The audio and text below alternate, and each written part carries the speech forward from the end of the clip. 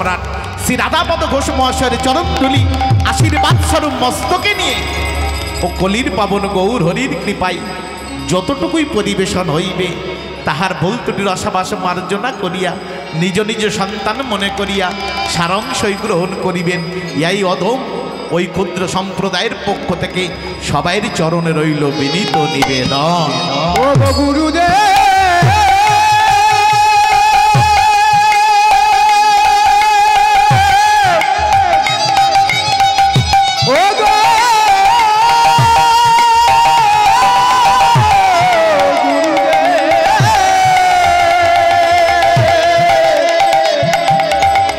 আমি তোমার চরণে কোটি কোটি প্রণামে জানাই।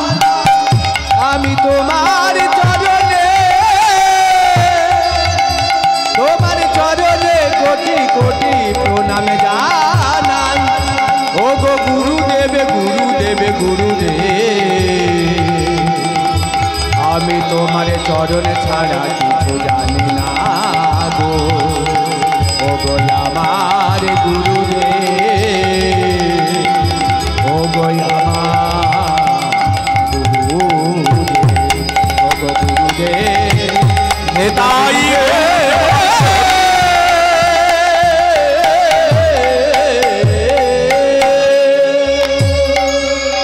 তবে প্রভুর লীলা আরম্ভের প্রারম্ভে বলি মা, যদি আপনারা কৃপা না করেন আমার ভগবান কোনোদিন কৃপা করবে না। কারণ ভগবান যুগে যুগে দেখে এসেছেন আমা হতে আমার নাম বড়, আর আমার নাম হতে আমার ভক্ত বড়। কোথায় দেখালেন? চলুন যাই ঠাকুর শ্রীরামকৃষ্ণ কথামৃত গ্রন্থের দিকে। 167 নম্বর পৃষ্ঠাতে কি সুন্দর দৃষ্টান্তটি তুলে ধরেছেন। ছোট্ট ছেলে জটিল, সংসারে তার মা ছাড়া কেহ নাই। মায়ের প্রতিটি বাক্য তার কাছে বেদ বাক্য বলে মনে হতো। মায়ের বড় আশা ছেলেকে মানুষের মতো মানুষ করে তুলবে। কি গো মায়েরা, আমাদের ঘরে সন্তান সন্ততি নেই, ছেলে মেয়ে নেই, আমাদেরও তো আশা ছেলে মেয়েরা মানুষ হোক। তা মানুষের মতো মানুষ করতে গেলে কোথায় পাঠাতে হবে? গুরু গৃহে। তাই জটিলকে মানুষের মতো মানুষ করবে বলে পাশের গ্রামে এক পণ্ডিত মহাশয়ের পাঠশালাতে ভর্তি করিয়ে দিয়ে এসেছে। সকালবেলা গৃহতে চলে যাই, সন্ধ্যাবেলা পাঠশালা থেকে গৃহে ফেরে। দুই গ্রামের মাঝখানে একটা ঘন জঙ্গল আছে।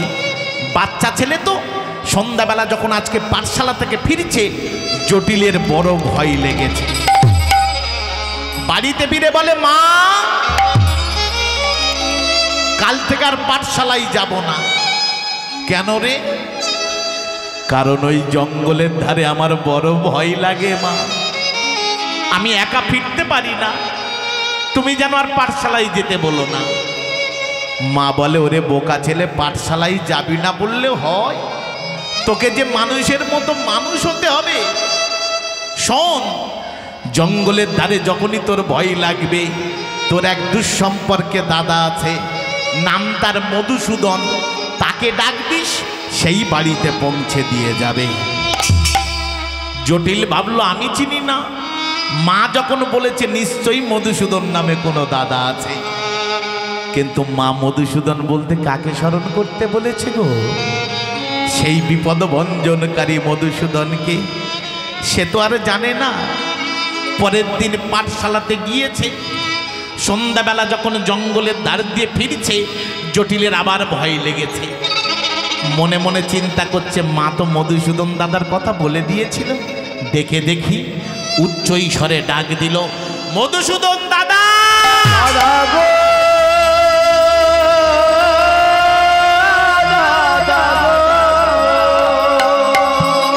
ও মধুসূদন দাদা, কোথায় আছো? এসো,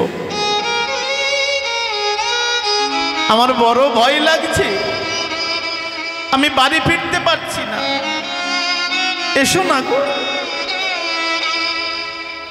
বারে বারে ডাক দেয়, কিন্তু অত সহজে কি দেখা দেয় গো?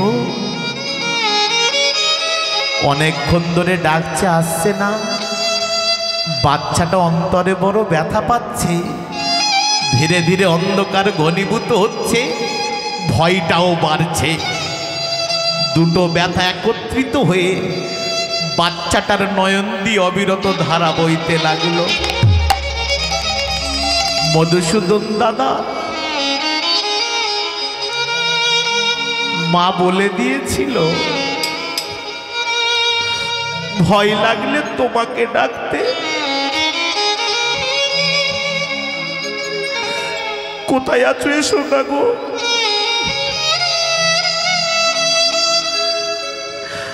আমাকে বাড়িতে পৌঁছে দেবে। ও মধুসূদন দাদা, এসো না একবার। হে সুধী সজ্জন গৌর ভক্ত মণ্ডলী, আমার ভগবান সব সইতে পারে গো। কোন ভক্তের নয়নের জল সইতে পারে না। দই রসগোল্লা মুন্ডা মিঠাই সাজিয়ে ভগবানকে ডাকা লাগে না। একটা চন্দন মিশ্রিত তুলসী পত্র নেন, এক গণ্ডুষ গঙ্গার জল নেন। তাও যদি কেউ না পান, যদি নয়ন গঙ্গার জলে বক্ষ ভাসিয়ে কেউ বলতে পারে, এ মাধব,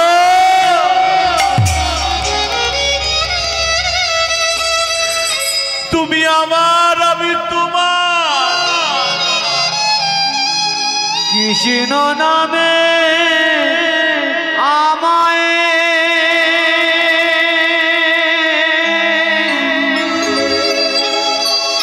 দুটি আঁখি ঝরে গো,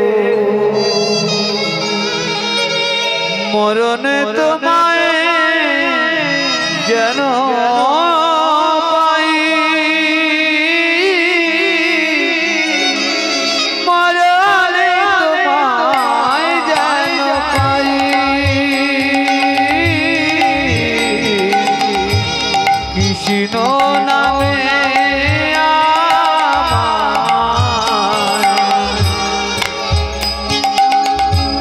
দুটি আঁখি ঝরে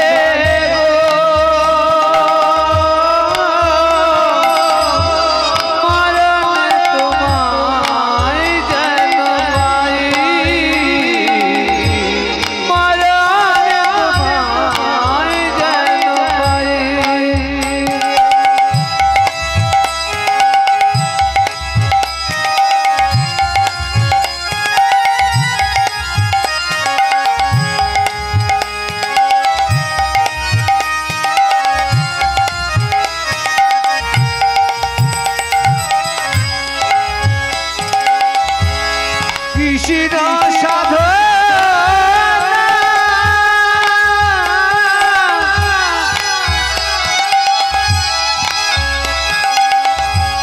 কৃষ্ণ ভজ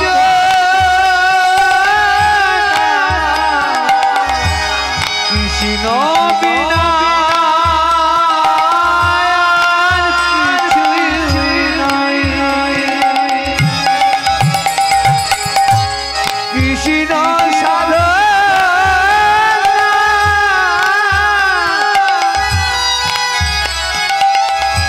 কৃষ্ণ ভজ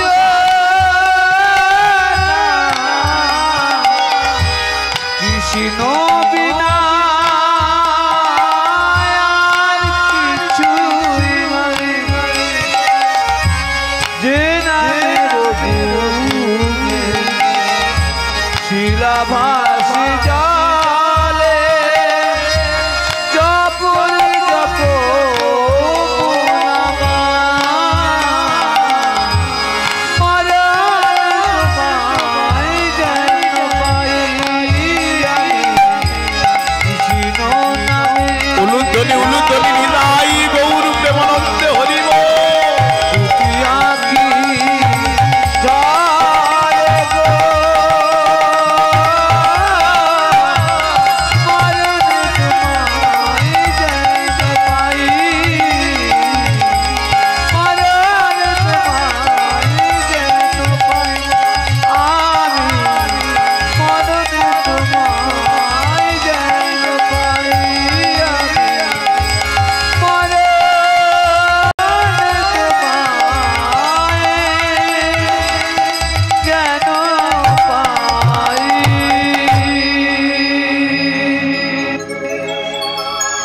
শুধু দরকার একটু বিশ্বাস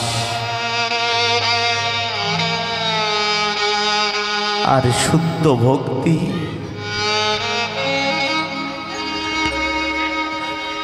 নয়ন বাড়ি ঝরায় যদি অন্তর দিয়ে একবার কেউ বলতে পারে, হে গোবিন্দ তুমি আমার, আমি তোমার,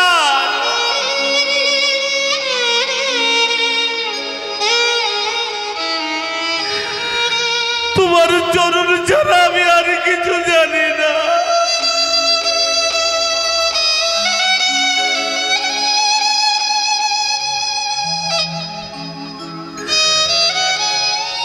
যদি ভক্তি সহকারে কেউ ডাকতে পারে,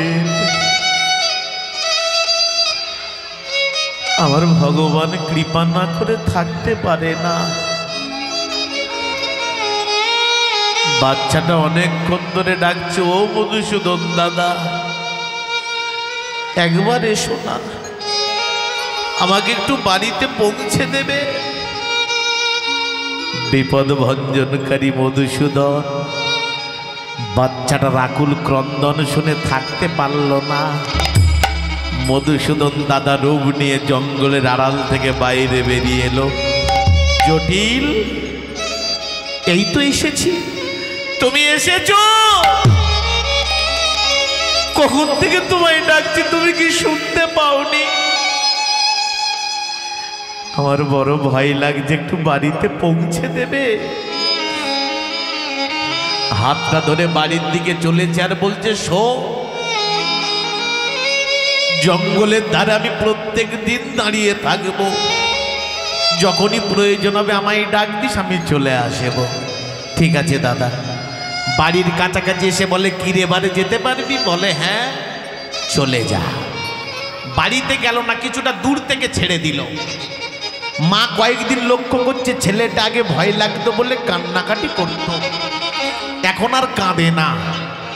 একদিন জটিলকে কাছে ডেকে বলে, কিরে খোকা, আগে জঙ্গলের ধারে ভয় লাগতো, কান্নাকাটি করতিস, এখন তো আর কাঁদিস না, তোর আর ভয় লাগে না? বলে কেন ভয় লাগবে? তুমি সেই মধুসূদন দাদার কথা বলে দিয়েছিলে, সেই তো প্রত্যেক দিন আগিয়ে দিয়ে যায়।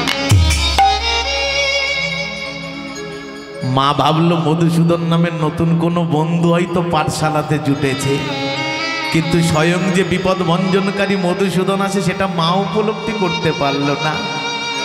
এইভাবে কিছুদিন অতিবাহিত হতে লাগলো। হঠাৎ একদিন পণ্ডিত মশাইয়ের মা মারা গেল। পাঠশালার সমস্ত ছাত্র ছাত্রীকে ডেকেছে, শোনো শোনো শোনো, আমার মায়ের শ্রাদ্ধানুষ্ঠান হবে, বলো কে কিভাবে সাহায্য করবে। এই বীরেন, তুই কি দিবি বল, এই কি দিবি বলবি তো? বলে গুরু মশাই যত তন্দুরি লাগে আমি দেব। আরে মধু, এই মধু, তুই কি দিবি? বলে গুরু মশাই যত তরি তরকারি লাগে আমি দেব। জটিলের দিকে তাকিয়ে বলে, হ্যাঁ রে জটিল, তুই কি দিয়ে সাহায্য করবি? জটিল চিন্তা করে, আমার আর মায়ের দুবেলা দুমুঠো খাওয়া জোটে না, আমরা যে বড় গরিব মানুষ, কি দেব? গুরু মশাই মাকে জিজ্ঞাসা করে এসে কাল বললে হবে না? ঠিক আছে যা। পাঠশালা থেকে বেরিয়েছে, জঙ্গলের ধারে মধুসূদন দাদাকে ডেকেছে, হাতটা ধরে বাড়ির দিকে চলেছে। প্রত্যেক দিন কত গল্প করে, আজকে ছেলেটা কোনো কথা বলে না, মন মরা হয়ে চলেছে। অন্তর্যামী ভগবান সব জানে, তবু জিজ্ঞাসা করছে, কিরে জটিল ভাই, কোনো কথা বলিস না, এমন মন মরা হয়ে চলেছিস, কিছু হয়েছে? বলে জানো দাদা, গুরু মশাইয়ের মা মারা গিয়েছে, শ্রাদ্ধানুষ্ঠান হবে। ভালো কথা। সমস্ত ছাত্রছাত্রীর কাছে সাহায্য চেয়েছে, আমার কাছেও চেয়েছিল। তুই কি বলেছিস? আমি বলেছি মাকে জিজ্ঞাসা করে এসে কাল বলবো। কেন রে? কারণ আমার তো বাবা বেঁচে নেই। জানো দাদা, আমার আর মায়ের দুবেলা দুমুঠো খাওয়া জোটে না, আমরা বেশিরভাগ দিন অনাহারে থাকি। যাদের নিজেদের খাবার জোটে না তারা অপরকে কি দিয়ে সাহায্য করবে বলো? আমরা যে বড় গরিব মানুষ। মধুসূদন দাদা বলে, দুঃখ করিস না ভাই, তোর দাদা তো আছে, তোর চিন্তা কিসের রে? কাল পাঠশালাতে গিয়ে বলবি তার মায়ের শ্রাদ্ধানুষ্ঠানে যত দই লাগবে সব দই দিবে। বলে সে তো অনেক টাকার ব্যাপার। বলে তোর চিন্তা নেই, আমি যখন বলেছি ব্যবস্থা হয়ে যাবে। পরের দিন পাঠশালায় গিয়ে বলে গুরুমশাই, আপনার মায়ের শ্রাদ্ধানুষ্ঠানে যত দই লাগবে সব আমি দেব। গুরুমশাই খুশি হলেন, বাচ্চা ছেলে বড় দায়িত্ব নিয়েছে। ধীরে ধীরে অনুষ্ঠানের দিন আগিয়ে এলো। দিনের দিন সকালবেলা ছেলেটা গৃহতে বেরিয়েছে, জঙ্গলের ধারে গিয়ে ডাক দিচ্ছে, মধুসূদন দাদা, সময় যে হয়ে এলো, দইটা দিয়ে যাও। মধুসূদন দাদা জঙ্গলের আড়াল থেকে একটা ছোট্ট দইয়ের ভাঁড় নিয়ে এসে হাতে ধরিয়ে দিয়েছে। এ কি গো, এতটুকু একটা দইয়ের ভাঁড়ে তো একজনের উদর পরিপূরণ হবে না। আর একটা অনুষ্ঠান বাড়িতে কত মানুষের নিমন্ত্রণ, তুমি কি আমার সঙ্গে পরিহাস করছো, ঠাট্টা করছো? মধুসূদন দাদা বলে, ওরে ভাই, এই দইয়ের ভাঁড়টা বাজার থেকে কিনে আনিনি। আকারে হয়তো ছোট হতে পারে, কিন্তু মহিমাতে ভাঁড় অনেক বড়। এ যেমন তেমন ভাঁড় নয়। এই ভাঁড়টা যতবার উপর করবি দই নির্গত হবে, যেই সোজা করবি আপনা আপনি দইয়ে পরিপূর্ণ হয়ে যাবে। যত নিমন্ত্রিত অতিথি আসুক না কেন, উদর পরিপূর্ণ করে সবাই দই সেবা পাবে, নিয়ে যা। মনের আনন্দে সরল বিশ্বাসে সবে দইয়ের ভাঁড়টা নিয়ে গুরুগৃহে প্রবেশ করেছে। সমস্ত ছাত্রছাত্রীরা ছুটেছে, যাই জটিলাই, তোর দই কই রে? যেই হাতে ছোট্ট দইয়ের ভাঁড়টা দেখিয়েছে, সবাই মিলে দৌড়ে গিয়ে গুরুমশাইয়ের কাছে নালিশ জানালো, গুরুমশাই, জটিল সবাইয়ের জন্য দই আনেনি, একটা ছোট্ট দইয়ের ভাঁড় এনেছে। আপনার সঙ্গে মিথ্যা বলেছে, আপনার সঙ্গে প্রতারণা করেছে। গুরুমশাই তাড়াতাড়ি করে বাইরে বেরিয়ে এলো, জটিল, তোর দই কই রে? যেই হাতে ছোট্ট দইয়ের ভাঁড়টা দেখিয়েছে, কোনো কথা শুনলো না, কোনো কথা বুঝলো না। আড়াতে রাখা ছিল বেদ, বেদ নির্গত করে প্রহার করা শুরু করে দিল।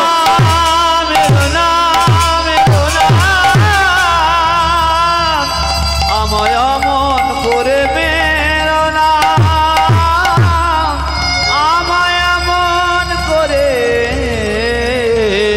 মেরো না।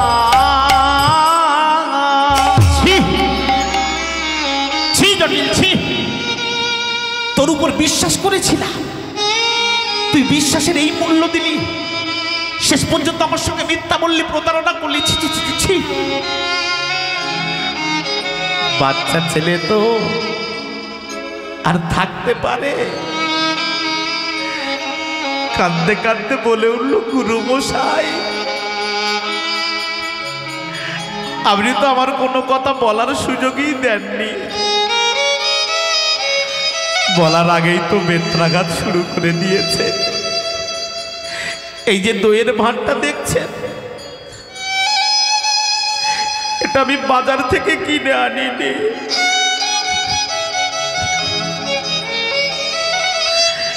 এই দইয়ের ভাঁড়টা আমাকে কে দিয়েছে জানেন? আমার মধুসূদন দাদা আমাকে দিয়েছে। আমি জানি আমার মধুসূদন দাদা কখনো আমার সঙ্গে মিথ্যা বলতে পারে না। আমার মধুসূদন দাদা কখনো প্রতারণা করতে পারে না। ভাঁড়টা আকারে ছোট হলে কি হবে, মহিমাতে অনেক বড়। এটা যেমন তেমন ভাঁড় নয়। এই ভাঁড়টা যতবার উপর করবেন ততবার দই নির্গত হবে। যেই সোজা করবেন আপনা আপনি দইয়ে পরিপূর্ণ হয়ে যাবে। যত অতিথি আপনার বাড়িতে এসেছে উদর পরিপূর্ণ করে সবাই দই সেবা পাবে। পরীক্ষা করে দেখে নেন। গুরুমশাই দইয়ের ভাঁড়টি একাকী কুঠিরে নিয়ে গিয়েছেন। একটা পাত্র নিয়েছে, যতবার উপর করে ততবার দই নির্গত হয়। যেই সোজা করে কে যেন তোয়ে পরিপূর্ণ করে দিয়ে যায়। মনে মনে চিন্তা করে এবারও পেল কোথায়। বাইরে বেরিয়ে বলে, জটিল তোর খুব লেগেছে না রে? জটিল বলে, আপনি বেত্রাঘাত করেছেন তাতে আমি আঘাত অনুভব করিনি। আমি ব্যথা পেয়েছি কেন জানেন? কারণ আপনি আমার কোনো কথা বিশ্বাস করেননি। আমাকে মৃত্যুক ভেবেছেন, প্রতারক ভেবেছেন, তাই বড় ব্যথা পেয়েছি। দুঃখ করিস না। তোর এই দইয়ের ভাঁড়টা কে দিয়েছে রে? বলে, কেন আমার মধুসূদন দাদা। তোর মধুসূদন দাদা কোথায় থাকে রে? বলে, 2 গ্রামের মাঝখানে যে জঙ্গল, ওই জঙ্গলের আড়ালে থাকে। পণ্ডিত মানুষ তো মনে মনে চিন্তা করলো, যে দইয়ের ভাঁড়টা দিয়েছে সে কোনো সাধারণ মানুষ হতে পারে না। কে সেই মধুসূদন দাদা? আমি একবার দেখতে চাই। হ্যাঁ রে, আমি গেলে তো দাদাকে দেখাতে পারবি? বলে, হ্যাঁ। সমস্ত কর্ম ফেলে রেখে জটিলের হাত ধরে জঙ্গলের ধারে উপস্থিত হলেন। বলে, কই রে তোর দাদা কই? বলে, দাঁড়ান ডাকছি। আবার ডাকা শুরু করলো, মধুসূদন দাদা, আর জঙ্গলের আড়ালে লুকিয়ে থেকো না। গুরু মশাই এসেছেন তোমার সঙ্গে দেখা করার জন্য, কথা বলার জন্য। তাড়াতাড়ি বাইরে বেরিয়ে এসো। বারে বারে পাগলের মতো ডাক দেয়। অত সহজে কি আর দেখা দেয় গো? অদ্যাবধি সেই লীলা করে গোরা রায়। কোনো কোনো ভাগ্যবান জীব দেখিবারে পায়। ভগবানের লীলা সর্বদা সর্বত্র চলছে, কিন্তু সবার নয়নে লীলা দর্শন হয় না। জটিল বলে, মধুসূদন দাদা, প্রতিদিন আসো, আমাকে আগিয়ে দাও। আজ এত করে ডাকছি, আসছো না কেন? তুমি যদি না আসো সবাই আমাকে মিথ্যেবাদী ভাববে, সবাই আমাকে প্রতারক ভাববে। কেউ না জানুক, তুমি তো জানো আমি কোনো মিথ্যা কথা বলিনি। কেউ না জানুক, তুমি তো জানো আমি কোনো প্রতারণা করিনি। তাহলে কেন সবাই সম্মুখে মিথ্যেবাদী সাজাচ্ছ? কেন প্রতারক সাজাচ্ছ? তুমি প্রতিদিন আসো, আমাকে আগিয়ে দাও। আর কি আসবে না? আর কি তোমার দর্শন পাবো না? আর কি দেখা দেবে না? দেখা দাও, দেখা দাও, দেখা দাও, দেখা দাও,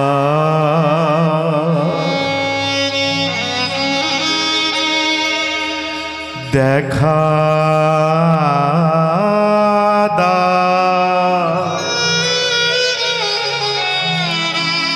কৃপা করে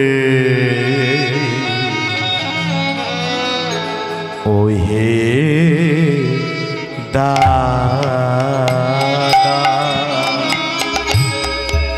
দেখা দেখা দা, একবার দেখা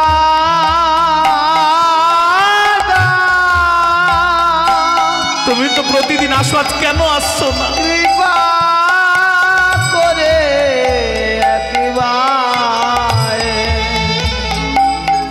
আমায় দেখা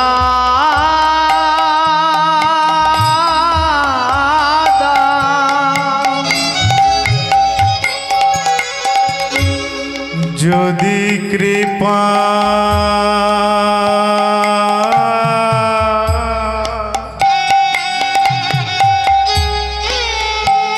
করে এলে, যদি কৃপা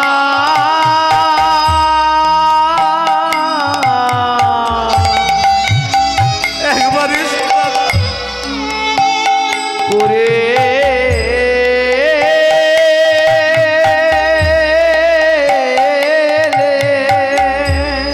দেখা দিয়ে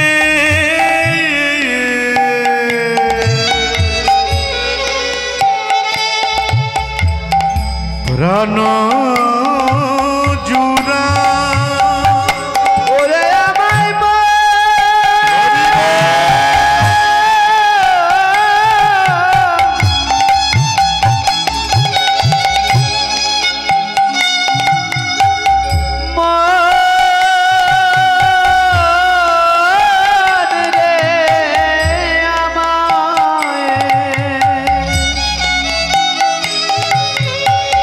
যদি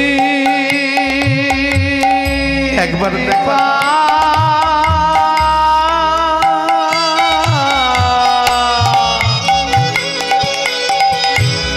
করে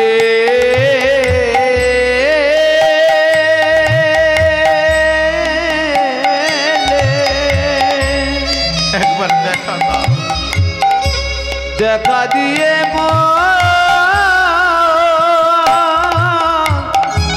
প্রাণ জুলাইলে ওহে আমার দাদা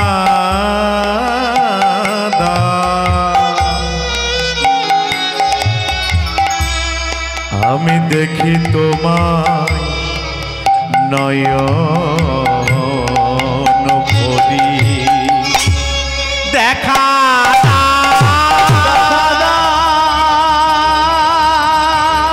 দেখা দেখা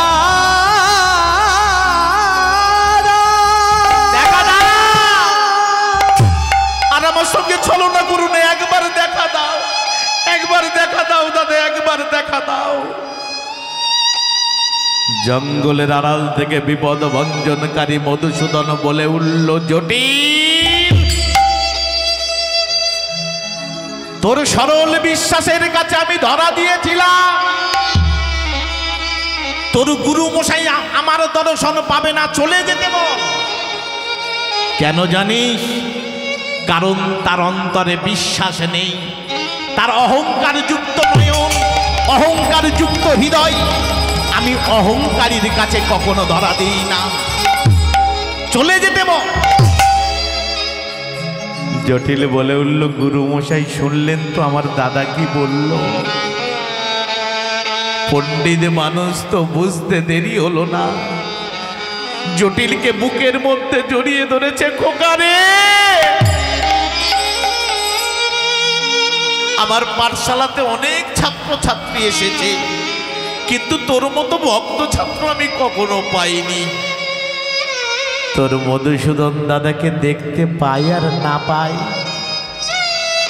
তার তো কণ্ঠস্বর শুনেছি এটা আমার কাছে অনেক বড় পাওয়া তবে আমি এতটুকু উপলব্ধি করতে পেরেছি তিনি কোনো সাধারণ মানুষ নন আমি আসি তুই ভালো থাকিস সুখে থাকিস তোর মঙ্গল হোক গুরুমশাই যখনই চলে গেলেন মধুসূদন দাদা জঙ্গলের আড়াল থেকে বাইরে বেরিয়ে এলো জটিল চল তোকে বাড়িতে পৌঁছে দিয়ে আসি হে সুধী সজ্জন গৌর ভক্ত মণ্ডলী আমার ভগবান চাইলে কি দেখা দিতে পারতেন না কি বলেন গুরুমশাইকে দেখা দিতে পারতেন না পারতো দিল না কেন জগৎকে শিক্ষা দিল জগৎ দেখে শিখে নাও অহংকারের শিখরে থাকলে কেউ আমার দর্শন পেবে না আমার দর্শন পেতে গেলে কাঙাল হও ভিখারি হও নয়ন গঙ্গার জলে বক্ষ বাসে যদি কেউ বলতে পারো হৃদয় গৌর প্রেমানন্দে হরি বল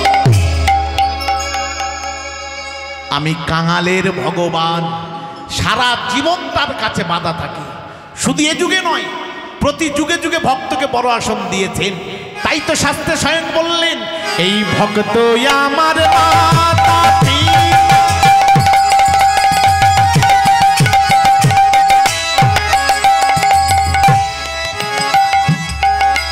ভক্ত আমার গুরু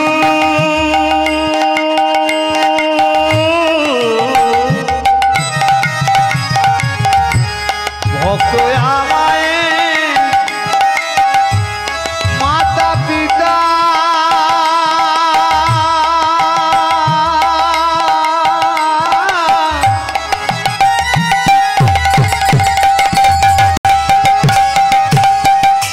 ভক্ত আমায় গুরু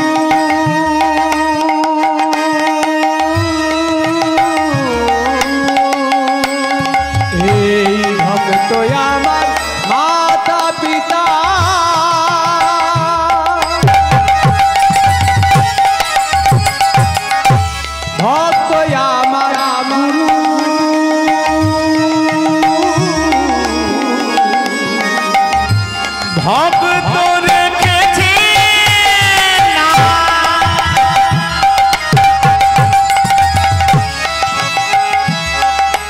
বাঞ্ছা কল্প তো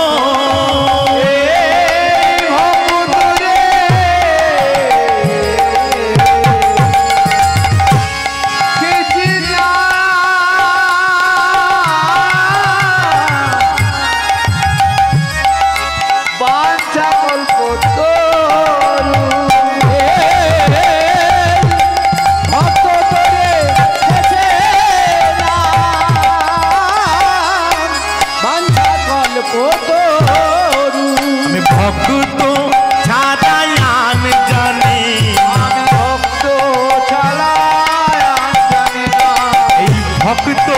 ছাড়াই আন জানি, এই ভক্ত ছাড়াই আন জানি, এই ভক্তই আমার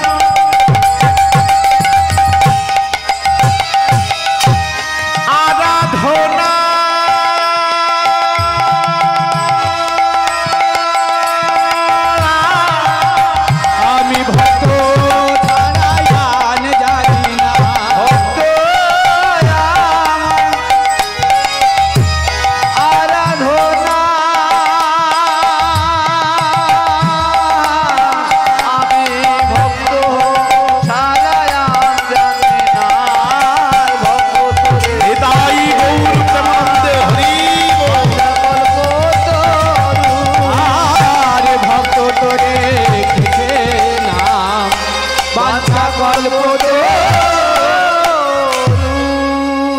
ভগবান যুগে যুগে ভক্তকে বড় আসন দিয়েছেন। এবার আপনারা শিক্ষিত মানুষ বিচার করুন, সেই ভক্তের আসন আলো করে বসে আছেন আপনাদের মতো সাধুগুরু ব্রাহ্মণ বৈষ্ণব মণ্ডলী। যদি আপনারা কৃপা না করেন, আমার ভগবান কোনোদিন কৃপা করতে পারে গো? সবাই আমাকে প্রাণ ভরে আশীর্বাদ করবেন। যতটুকু আমি গুরুমুখে আস্বাদন করেছি ততটুকু যেন আপনাদের সম্মুখে তুলে ধরতে পারি। তার থেকে বড় বিষয় কি জানেন? বয়স যত বৃদ্ধি পাই, ভক্তি প্রেম জ্ঞান তত আসে। আমি তো আপনাদের বয়সে আসতে পারিনি, আমার বয়স চলছে 35 বৎসর। আপনারা আমার বয়স যে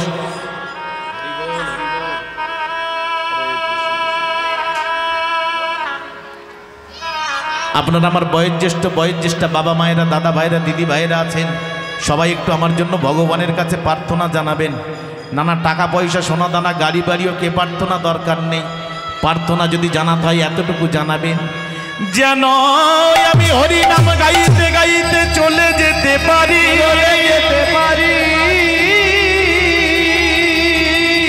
আমি আর কিছু চাই না।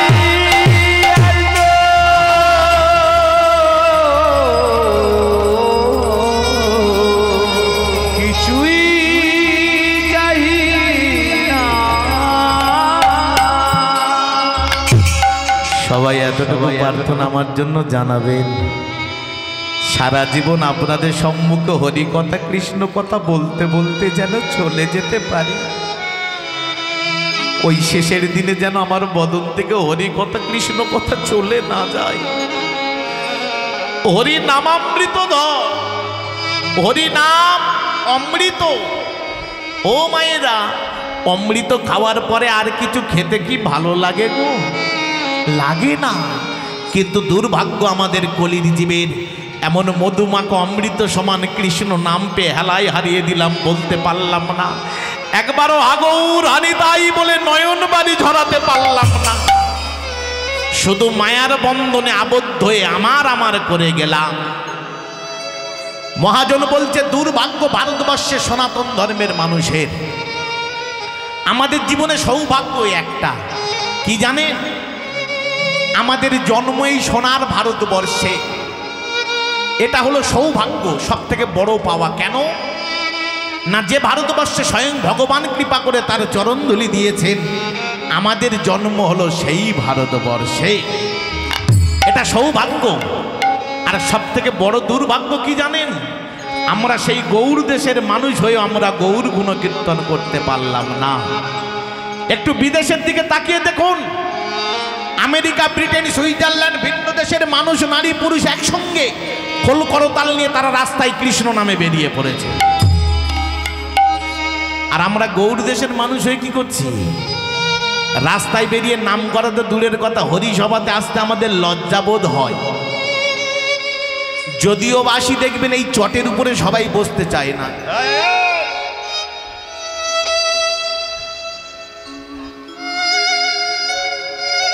চটের উপরে সবাই বসতে চায় না কেন? যদি ধুলো লেগে যায় জামা কাপড় নোংরা হয়ে যাবে। এই যে চটের উপরে আপনারা বসেছেন, কত সাধুগুরু ব্রাহ্মণ বৈষ্ণবের চরণ ধুলি লেগে আছে। এই ধুলোটাও মাখতে গেলে কত জনমের সুকৃতির ফল থাকা দরকার, কিন্তু আমরা মাখতে চাই না। আর সেই ধুলো মাখবে বলে বিদেশি মানুষগুলো বাংলার মাটিতে পাগলের মতো আচার খেয়ে আসছে। কেন? কারণ তারা হরি নামের স্বাদটা বুঝেছে, কৃষ্ণ নামের মহিমাটা উপলব্ধি করেছে, তাই তারা পাগলের মতো ছুটে আসছে। আমার মুখের কথা নয়, জাজ্জল্য প্রমাণ যদি পেতে চান চলে যান মায়াপুর ধাম ইস্কন মন্দিরে, গিয়ে দেখুন কত বিদেশি ভক্তের ভিড়। গিয়েছেন মায়াপুর ধাম? কারা কারা গিয়েছেন একটু বাহু উত্তোলন করুন তো দেখি। মায়াপুর ধাম কারা কারা গিয়েছেন? হরি বল, হরি বল। প্রণাম আপনাদের শ্রীচরণে। যারা গিয়েছেন জানেন, বিশেষ করে সন্ধ্যা আরতির সময় যদি কেউ মায়াপুরে একবার যায়, তার আর বাড়ি ফেরার কথা মনে পড়ে না। কি অপূর্ব প্রেমের জায়গা তৈরি করে তারা ভজন সাধন করছে। আপনি ক টাকার মালিক, কত শিক্ষিত মানুষ, সেখানে একবার গিয়ে দেখুন তারা এক একজন কোটি কোটি ডলারের মালিক। তারা কম শিক্ষিত না, তারা double MA triple MA pass করে বসে আছে। তারা বিদেশ থেকে আমাদের দেশে এসে বিদেশি আদব কায়দা ছেড়ে দিয়েছে, শুট বুট কোট টাই সব ছুড়ে দিয়েছে। আমাদের কালচার, আমাদের সংস্কৃতি, ধুতি পাঞ্জাবি অঙ্গে তুলে নিয়েছে। দাদু সঙ্গে তিলক লেপন করেছে, জপের মালা নিয়ে হরে কৃষ্ণ নাম জপ করছে। আর আমরা গৌড় দেশের মানুষই কি করছি? তাদের সেই ছেড়ে দেওয়া শুট বুট কোট টাইগুলো কুড়িয়ে নিয়েছি, অঙ্গে জড়িয়ে বাবুয়ানা করে বেড়াচ্ছি। বিদেশি মানুষগুলো জানে বাঙালি জাত হলো লোভী জাত, এরা সহজে হরিনাম করবে না। তাই আমাদের দিয়ে হরি কথা বলাবে বলে ইস্কন মন্দিরে একটা সিস্টেম তৈরি হলো। দেখবেন যে ছাগল হাঁটতে চায় না, ছাগল চেনেন তো? ছাগলও চেনেন না? ছপা নয় রে গাদা, ছাগলের 4 পা হয়। 4 পে ছাগল। বাড়িতে থাকলে পরীক্ষা করবেন, ছাগল যখন হাঁটবে না, সামনে হাতে করে একটা কাঁঠালের ডাল নিয়ে আগিয়ে যান, দেখবেন কাঁঠাল পাতার গন্ধে গন্ধে ছাগলটা ঠিক পিছনে হেঁটে যাবে। তদ্রূপ বিদেশি মানুষগুলো জানে বাঙালি জাত লোভী জাতেরা সহজে হরিনাম করবে না, তাই এদের দিয়ে হরিনাম বলাতে গেলে কিছু লোভ দেখাতে হবে। এই দেখুন এত সুন্দর হরিসভা, যারা আয়োজন করেছে তাদের কি স্বার্থ আছে? লাখ লাখ টাকা ব্যাংক ব্যালেন্স হবে, গাড়ি বাড়ি হবে না। সমাজের মঙ্গলের জন্য, সনাতন ধর্মকে বাঁচিয়ে রাখার জন্য তাদের প্রচেষ্টা। তাদের প্রতিপক্ষকে শ্রীচরণে আমার কোটি কোটি দণ্ডবত প্রণাম। কিন্তু দুর্ভাগ্য, এত বড় এলাকা কিন্তু হরিসভা পরিপূর্ণ হয়নি। হরিসভা পরিপূর্ণ হয়নি। পরিপূর্ণ হতো, যারা হরিনাম আয়োজন করেছেন তাদের চলন বলন সিস্টেমগুলো একটু ভুল হচ্ছে। পরের বছর এই জায়গায় কীর্তন হবে, প্রতি বছর হয়। আমি একটা সিস্টেম বলে যাব, আমার সিস্টেমে যদি আপনারা কীর্তন দেন, এই সন্ধ্যাবেলায় এত ভক্ত হবে, এরম জায়গা আরও 2টো লাগবে। যদি ভক্ত পরিপূর্ণ না হয়, আমি সৌমিত্র হালদার কথা দিয়ে যাচ্ছি, 1 পারণ কীর্তন আমি বিনা পয়সায় পরিবেশন করব। কি বলবো নাকি? হরিনামের 1 মাস আগে থেকে, কতদিন, আশেপাশে 10-20 কিলোমিটারের মধ্যে যত গ্রাম আছে একটু সাউন্ড সহযোগে প্রচার করবেন। এই সাউন্ড নেবেন, পরিষ্কার সাউন্ড। এই হরিনামের তারিখটা আর এই জায়গার নামটা উল্লেখ করে সময়টা ঘোষণা করতে হবে। এই তারিখে ঘোষণাটা এইভাবে হবে, এই তারিখে এই জায়গার হরিসভাতে এলে, ধরুন এই সন্ধ্যাবেলা কীর্তন হচ্ছে, 9টা পর্যন্ত কীর্তন হবে, এরপরে সারা রাত হবে, ঠিক একটু দেরি করে আয়োজনটা হবে। এই হরিবাসরে এলে কিছু হোক আর না হোক, সন্ধ্যা 7টা থেকে সারা রাত্রি ব্যাপী লুচি আলুর দম আর রসগোল্লার ব্যবস্থা আছে। কি মানুষ আসবে না? হুড়োহুড়ি লেগে যাবে। জানে গেলে কিছু হোক আর না, জন্মের খাওয়াটা তো হবে, ভুঁড়ি বসটা তো হবে। না না না না না না না। এখন তো আপনারা বলতে পারেন, হ্যাঁ বাবা সৌমিত্র, আমরা এই কষ্ট করে বৃষ্টির মধ্যে বসে আছি স্বার্থের জন্য না। সবাইকে একই দৃষ্টিকোণ দিয়ে দেখলে অপরাধ হবে। যদি কোনো ভক্ত একবার কর্ণে শুনতে পায় হরি কথা কৃষ্ণ কথা আস্বাদন হবে, তাদের আলাদা করে নিমন্ত্রণ করতে হয় না। আগে থেকে আপনাদের মতো এসে আসন অলঙ্কৃতা করে বসে থাকে। কখনো এক বিন্দু নাম সুধা পরিশন হবে, তারা পান করবে। কারণ যারা ভক্ত তারা জানে হরিসভাতে গেলে কিছু হোক আর না হোক, আগৌর হানি তাই বলে নয়ন বাড়ি ঝরানো যায়। যারা ভক্ত তারা জানে হরিসভাতে গেলে কিছু হোক আর না হোক, হা কৃষ্ণ প্রাণ কৃষ্ণ বলে মনের সুখে নয়ন বাড়ি ঝরানো যায়। ভক্তের চরণ ধুলা অঙ্গে মাখা যায়, ভক্ত ভক্ত আলিঙ্গন করা যায়। তাই যারা ভক্ত তাদের নিমন্ত্রণ করতে হয় না, আপনাদের মতো আগে থেকে এসে বসে থাকে। আর যারা স্বার্থ ছাড়া চলে না, তারা আসবে লুচি আলুর দম আর রসগোল্লার জন্য। তাই বিদেশি মানুষগুলো চিন্তা করেছিল বাঙালি জাত হলো লোভী জাত, এরা সহজে হরিনাম করবে না। এদের দিয়ে হরিনাম বলাতে গেলে কিছু লোভ দেখাতে হবে। তাই আমাদের দিয়ে হরি কথা বলাবে বলে ইস্কন মন্দিরে সকালে সন্ধ্যে একটা খিচুড়ি প্রসাদের ব্যবস্থা করা হলো। যারা গিয়েছেন জানেন, ভুল বলছি কি? না না, ফ্রিতে দেবে না, জায়গা তো এখানেই জাল বিছিয়ে রেখেছে। ওই প্রসাদটা আপনার হাতে তুলে দেওয়ার আগে আপনাকে একবার বলতে হবে, বলুন হরে কৃষ্ণ হরে কৃষ্ণ। আপনি যতক্ষণ না হরে কৃষ্ণ বলবেন ওরা দেবে না। দেখেছেন যে কোনোদিন হরে কৃষ্ণ বলেন, ওই ফাঁদে যদি একবার পা দেয়, আপনি না বললে ওরা প্রসাদ দেবে না।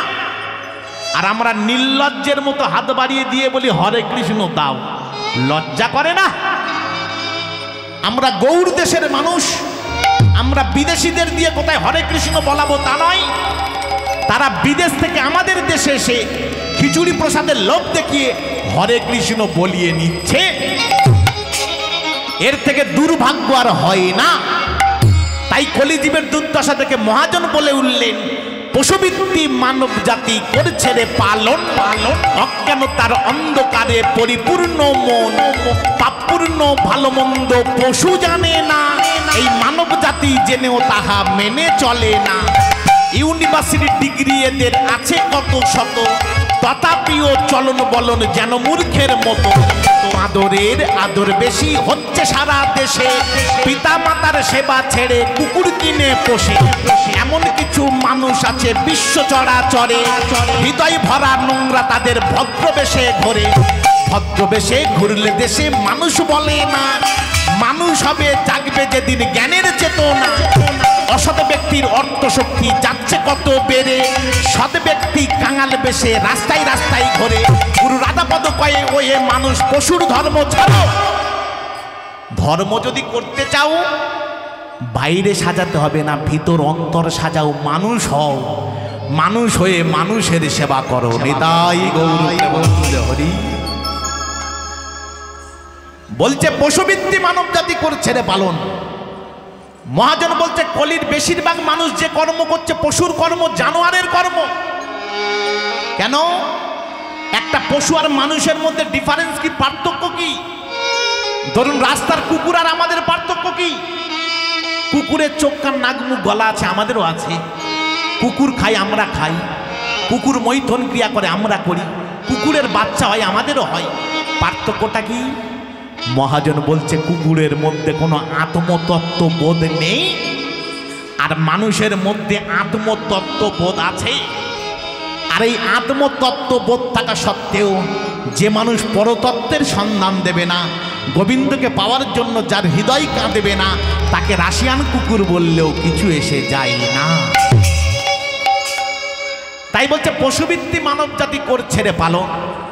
অজ্ঞানতার অন্ধকারে পরিপূর্ণ মন। মহাজন বলছে কলির মানুষের মধ্যে ধীরে ধীরে জ্ঞানের আলো চলে যেতে বসেছে।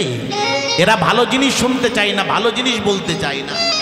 এই হরিবাসরের জায়গায় যদি যাত্রা হতো, যদি গাজন হতো, ডিজে ড্যান্স হাঙ্গামা যদি হতো, বাড়ি থেকে মাদুর নিয়ে এসে জায়গা বুক করে রাখতো। জানে যদি বসে বসে শুনতে না ভালো লাগে, শুয়ে শুয়ে জম মেরে শোনা খানিকটা শুনে যাব। কিন্তু ভালো জিনিস এরা শুনতে চায় না।